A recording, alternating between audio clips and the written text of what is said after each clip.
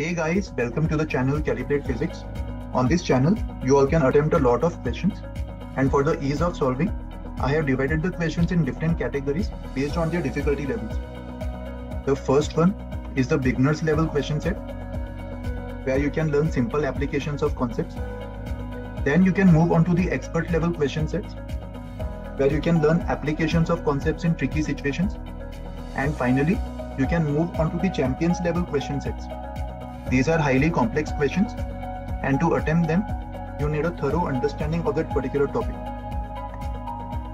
Also, during the later part of this video, all the questions will appear on the screen one by one, and to attempt any particular question, you can pause the video, solve that particular question, and then again play the video to move on to the next question. You can repeat this process for all the other questions as well. Later, you can also look at the answer key as well as the solutions to get a detailed understanding on how to attempt different types of questions in different situations. So guys, start practicing a lot of questions on this channel, and gradually you will definitely see a lot of improvement in the understanding of any particular topic. You can also subscribe to the channel and click on the bell icon to get regular updates. So guys, go for it and wish you all best of luck. In this video, you all can attempt 3 champions level questions from elasticity. Here are the questions.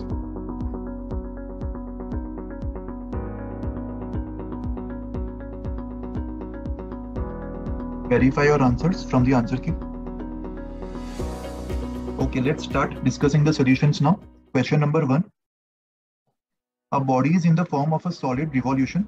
Radius of upper face of the body is R0 and volume density is rho. The body supports a load of P. यहाँ पे P load इसके top पे रखा हुआ है और top पे radius R0 given. Okay.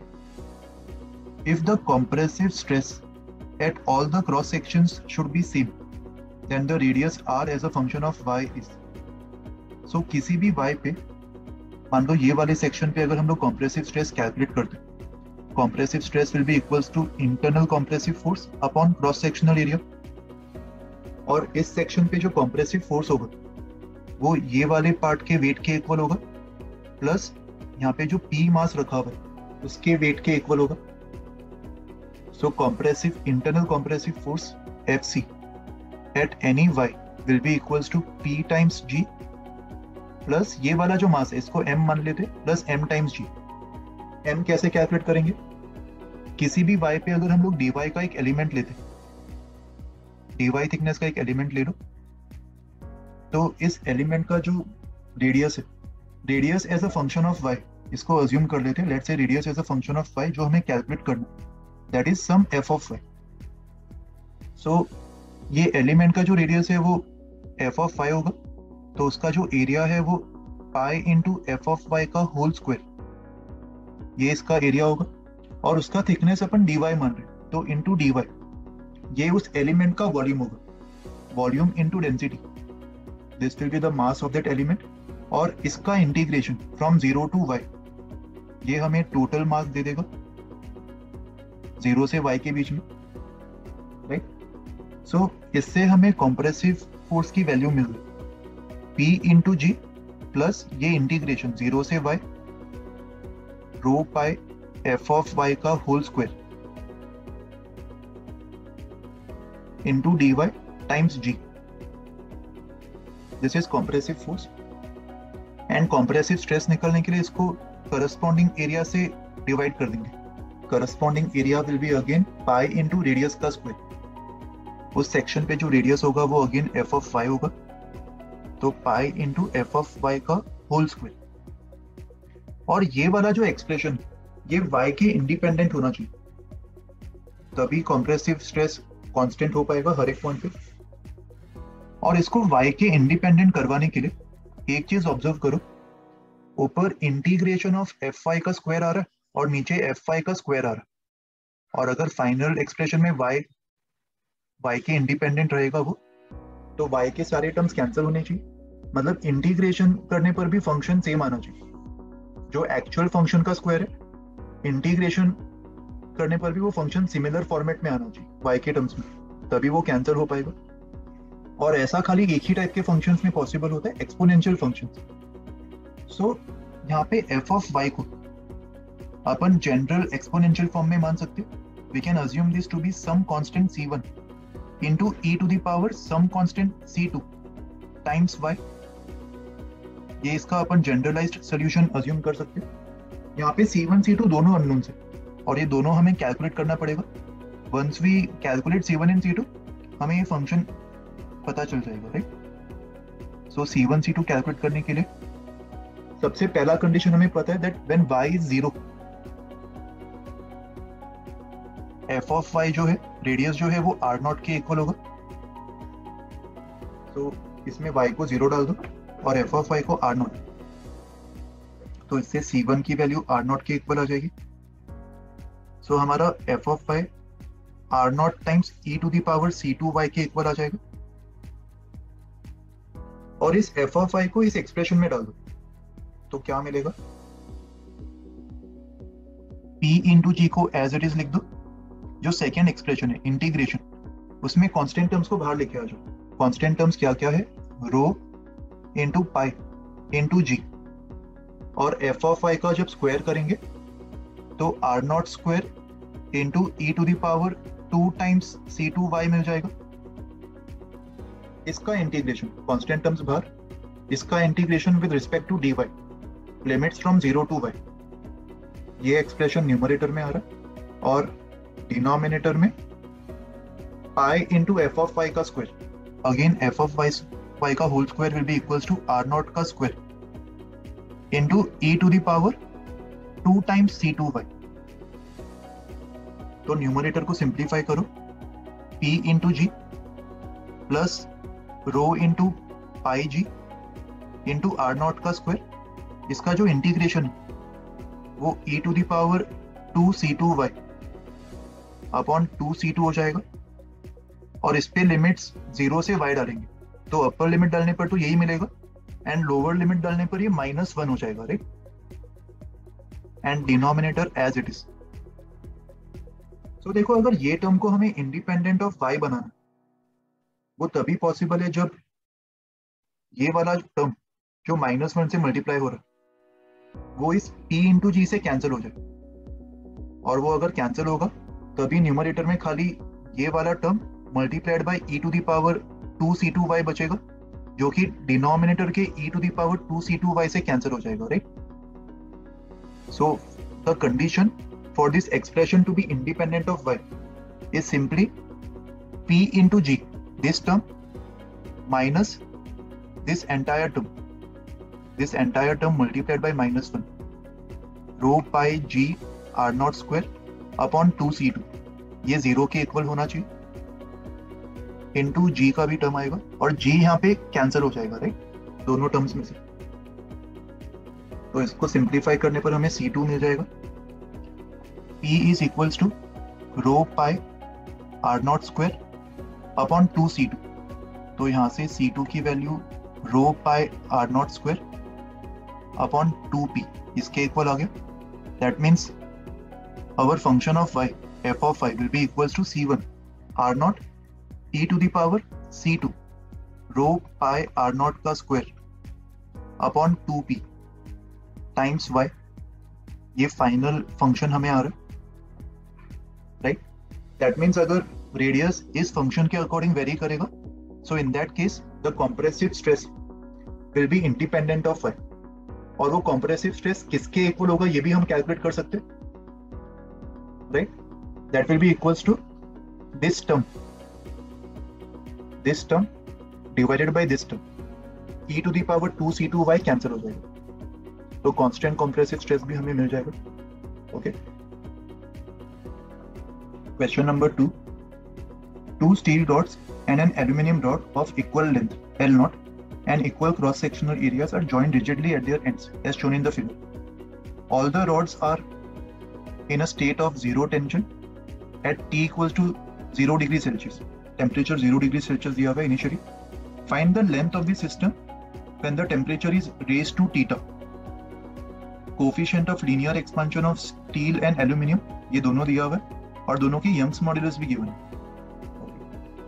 तो देखो यहाँ पे जो ज्योमेट्री है उसमें एल्यूमिनियम सेंटर पे है एंड दोनों साइड पे steel. So this is try metallic strip. अगर बाय मेटेलिक स्ट्रिप होता तो ये कर्व हो जाता, बट क्योंकि एल्यूमिनियम के दोनों साइड पे स्टील है तो यहाँ पे कर्व होना भी पॉसिबल नहीं होगा। It will be a linear expansion. Okay, so कैसे अप्रोच करेंगे ये सवाल को? यहाँ पे एक चीज अज्यूम कर लेते हैं, लेट्स से alpha of aluminium is more than alpha of steel. It's just an assumption, final answer पे कोई भी फर्क नहीं पड़ेगा। इसका मतलब अगर एल्यूमिनियम अकेला एक्सपांड करता, इसी डायग्राम में इसको रिप्रेजेंट कर देते, अगर एल्यूमिनियम अकेला एक्सपांड करता तो हो सकता है कि वो यहां तक एक्सपांड करता, और स्टील अगर अकेला एक्सपांड करता तो कंपैरेटिवली कम एक्सपांड करता, राइट? बट क्योंकि अभी इस केस में दोनों साथ में अटैच्ड है तो दोनों साथ में ही एक्सपांड करेंगे, एंड साथ में एक्सपांशन कहां तक होगा? दोनों के बीच में, दोनों के बीच में कहीं तो यहां तक फाइनल एक्सपांशन होगा दोनों का, right? Let's say final extension of the system is delta L. तो यहाँ पे डेल्टा एल जो है वो स्टील एल्यूमिनियम दोनों का नेट एक्सटेंशन होगा। सो इन अ वे स्टील जो है वो अपने नेचुरल टेंडेंसी से थोड़ा सा ज्यादा एक्सटेंड कर रहा है, राइट? अकेला अगर स्टील एक्सटेंड करता तो यहीं तक करता, बट बिकॉज ऑफ एल्यूमिनियम वो इतना पोर्शन ज्यादा एक्सटेंड कर रहा है। That means steel will be under a state of tension, right? Steel के अंदर टेंसाइल फोर्स डेवलप होंगे। एंड सिमिलरली अगर एल्यूमिनियम एक्सपांड करता तो पूरा एक्सपांड करता यहाँ तक, बट बिकॉज ऑफ स्टील वो पूरा आगे तक एक्सपांड नहीं कर पा रहा, तो अपने नेचुरल टेंडेंसी से इतना पोर्शन कम एक्सपांड कर रहा है। एक तरीके से वो अपने नेचुरल टेंडेंसी से इतना कॉम्प्रेस हो रहा है। That means we can say that aluminium will be under a state of compression, right?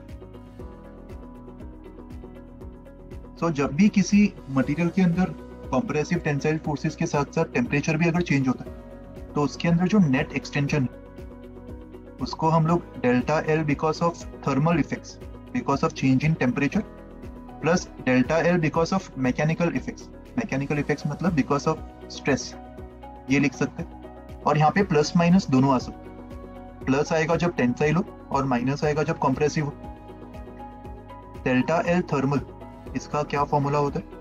This is given by original length into alpha delta T, and delta L mechanical is given by internal tensile और compressive force, जिसको मैं F मान रहा हूं, into original length upon cross sectional area A into Young's modulus.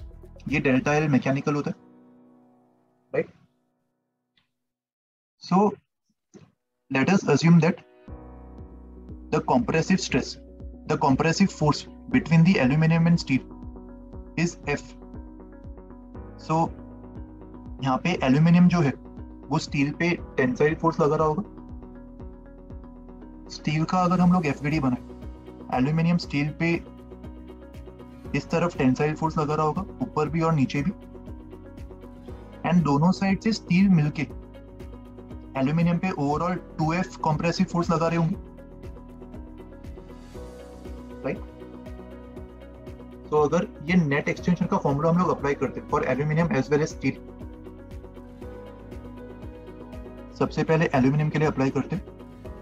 Aluminium के लिए भी delta L इसी डेल्टा एल के इक्वल होगा, equals to delta L thermal which will be alpha of aluminium into original length, original length दोनों के लिए same, into delta T. और aluminium is under a state of compression, तो minus आ जाएगा, और उस पे इंटरनल कंप्रेसिव फोर्स 2F हमने अज्यूम किया होगा, तो minus 2F into L upon cross sectional area into Young's modulus of aluminium. ये पहला इक्वेशन हमें मिल रहा है फॉर एल्यूमिनियम। इस इक्वेशन में कितने अननोन्स है? डेल्टा टी हमें दिया हुआ है, temperature changes theta, delta L एक अननोन है, और दूसरा अननोन एफ अपॉन ए को मान, राइट? स्टील के लिए अगर ये इक्वेशन अप्लाई करते तो स्टील के अंदर भी टोटल चेंज इन लेंथ तो डेल्टा एल के इक्वल है, and this can be written as alpha of steel into length into delta t plus internal force in steel, किसी एक स्टील के अंदर तो इंटरनल फोर्स F ही होगा, so plus FL upon AYS, ये steel का इक्वेशन हो जाएगा। तो हमारे पास दो अननोन्स है, delta L and F upon A, और उसके लिए दो इक्वेशन है। इन दोनों इक्वेशन से हमें डेल्टा L की वैल्यू फाइंड करनी है, राइट। डेल्टा L मिल गया तो सिस्टम का नया length L plus delta L हो जाएगा। So somehow we need to eliminate F by A। Delta L हमें फाइंड करना है, सो F बाई A को एलिमिनेट करने के लिए हम लोग इक्वेशन 1 को YA/2 से मल्टीप्लाई कर सकते हैं और इक्वेशन 2 को YS से, और इन दोनों को जब हम ऐड करेंगे तो ये वाले टर्म्स कैंसिल हो जाएंगे और क्या मिलेगा हमें, YA/2 plus YS times delta L equals to L delta T common ले लो, alpha A YA/2 plus alpha S YS, right. Delta T is equals to theta, तो यहां से डेल्टा L हमें मिल जाएगा L थीटा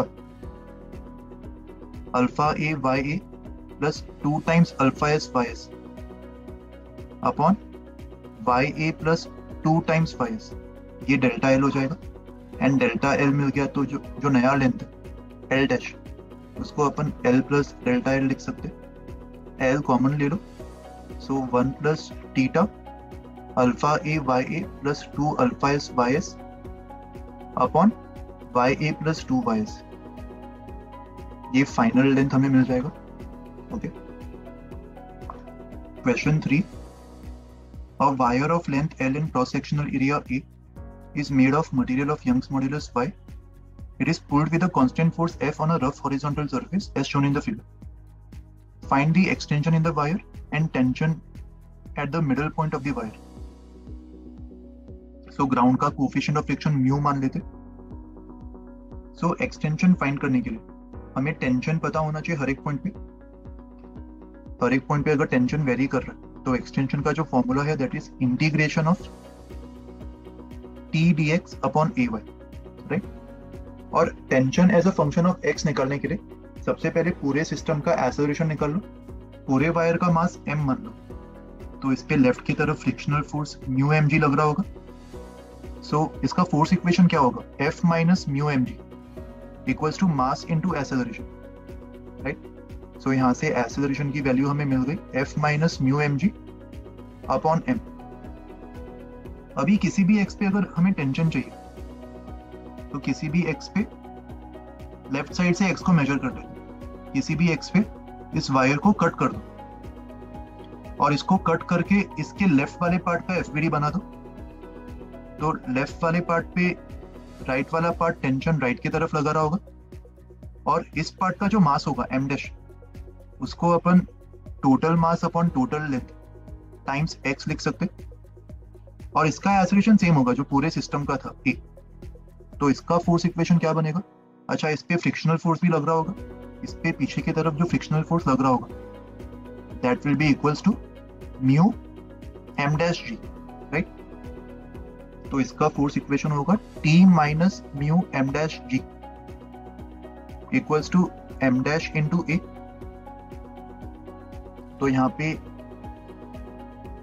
A की value substitute कर दो, A is given by F by m minus mu G, इसको हम लोग F by m minus mu G लिख सकते, राइट। सो यहाँ पे LHS और RHS इन दोनों साइड्स में से mu m dash g terms cancel हो रहा है और टेंशन की value m dash into F by m इसके इक्वली आ रही, and m dash is m by l times x। So m cancel हो जाएगा and tension is coming out to be a linear function of x। और सबको याद होगा जब फ्रिक्शन नहीं था उस केस में भी अगर हमने इसको मूव करवाया होता तो ऐसा टाइप का सवाल भी सबने देखा होगा, उस केस में भी टेंशन ऐसा ही फंक्शन आता। तो म्यू पे डिपेंड ही नहीं कर रहा, फ्रिक्शन होने से नहीं होने से टेंशन पे कोई फर्क ही नहीं पड़ रहा। Tension the function of tension in terms of x will still come out to be same, x by L times f. तो इस फंक्शन को अगर हम लोग एक्सटेंशन वाले इक्वेशन में डाल देंगे तो हमें एक्सटेंशन मिल जाएगा 1/a बाय बाहर ले लो, integration of t dx, f को भी बाहर ले लो और l को भी बाहर ले लो, तो x dx का इंटीग्रेशन x²/2, तो ये l²/2 हो जाएगा and net extension will be fl/2ay, right. Tension at the middle point of the wire, B part का आंसर निकालने के लिए यहाँ पे x को l/2 डाल दो, तो tension in the middle part of the wire f/2 आ जाएगा, राइट।